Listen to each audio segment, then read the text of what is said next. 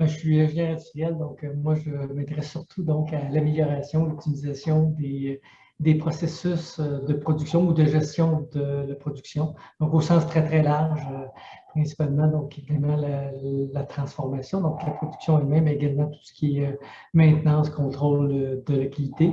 Puis au niveau de la recherche, donc, on travaille principalement sur le développement d'outils, de pratiques et relié à l'industrie 4.0. Donc, je cherche principalement à aider la prise de décision en temps réel, mais principalement.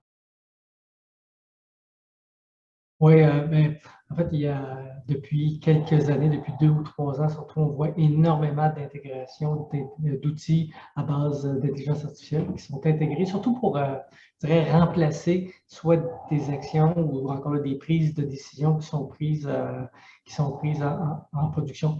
Mais il reste toujours donc des opérateurs, des employés. Donc, on doit donc trouver une façon de faire cohabiter des outils de valorisation de données au sens large. Donc, intelligence artificielle, mais ça peut être simulation et optimisation, avec des travailleurs, donc des humains, qui, eux, doivent continuer à faire leur travail. Donc, à la fois, il y a la cohabitation, il y a des décisions qui sont prises donc, de façon automatisée et d'autres qui ne le sont pas.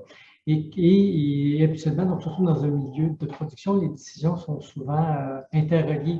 Donc, comment qu'on peut, entre autres, faire apprendre conjointement des outils d'intelligence artificielle et également les opérateurs qui doivent continuer vraiment eux aussi donc à s'améliorer à mesure que les façons de faire changent au sein d'une organisation.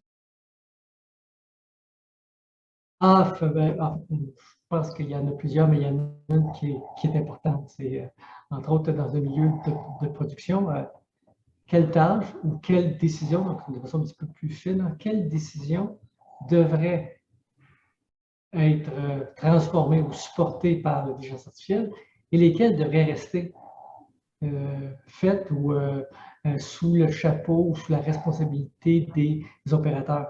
Puis évidemment, il y a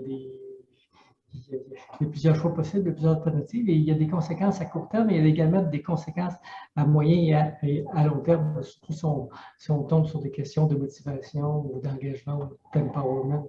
Donc, c'est pas une décision facile. On ne peut pas juste automatiser ou améliorer. Ben, ceux qui me connaissent bien savent que je suis vraiment un amoureux de sport. J'ai toujours fait beaucoup de sport dans ma vie, que ce soit la course, le vélo, le triathlon, le golf, le hockey, le soccer. Ce que les gens savent peut-être moins, il y en a qui m'ont vu faire de très très longues distances. Et c'est que depuis 2 ou 3 ans, en fait, je suis revenu à des distances courtes.